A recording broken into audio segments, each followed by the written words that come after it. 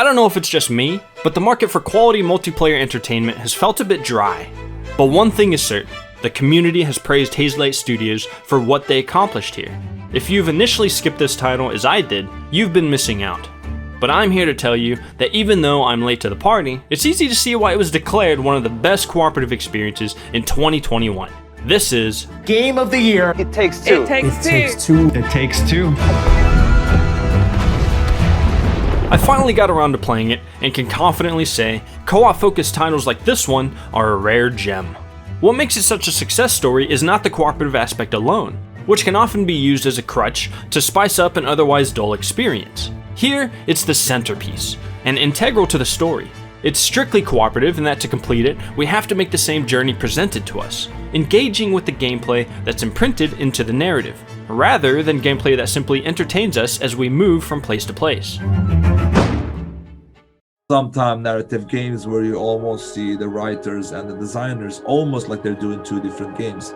Here we really try to collaborate hard on this to combine those two. From the start, we're introduced to our characters Cody and May. It's obvious from the get-go that they're struggling with a few things such as communication, conflict resolution, and the downstream effects of a tumultuous relationship to their daughter Rose. Her sorrow, imagination, and interpretation entrap the souls of her parents. Through this transformation, it's revealed through innumerable actions that Rose is neglected. One of the many issues they must contend with if there's any hope of restoring their previous forms, and repairing the damage they've done to their daughter. Let's destroy something Rose loves to make her cry. What? This personal story smartly marries us to the gameplay, and vice versa, by the clever use of puzzles, which also helps the players assume the roles of Cody and May. They're not overly challenging, and they're accessible with loads of variety without sacrificing creativity. They force us to work together and sync up our actions.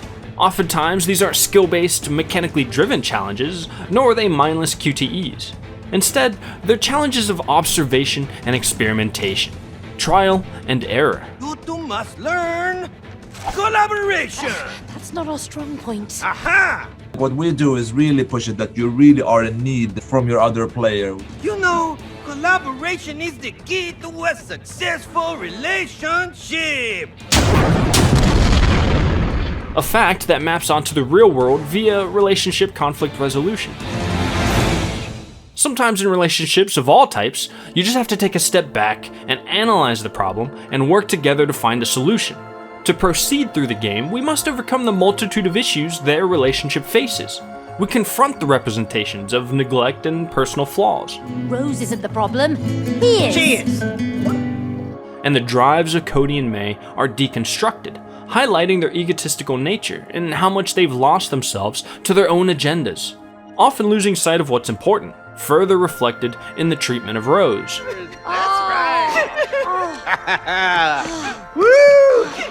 Therefore, Cody and May have to work on themselves and honestly identify the real flaws that divide them, if there's any chance of reconciliation. And secondly, you never really seem to appreciate what I did. As far as fail conditions, there is no difficulty selection, and we're only given health bars for the boss battles, in which there's multiple respawns. It's forgiving to the player, but also capitalizes on the fact that you must work together. The subtext of this mechanic is that we can only really fail to find the solution by giving up. You don't actually lose unless you stop trying.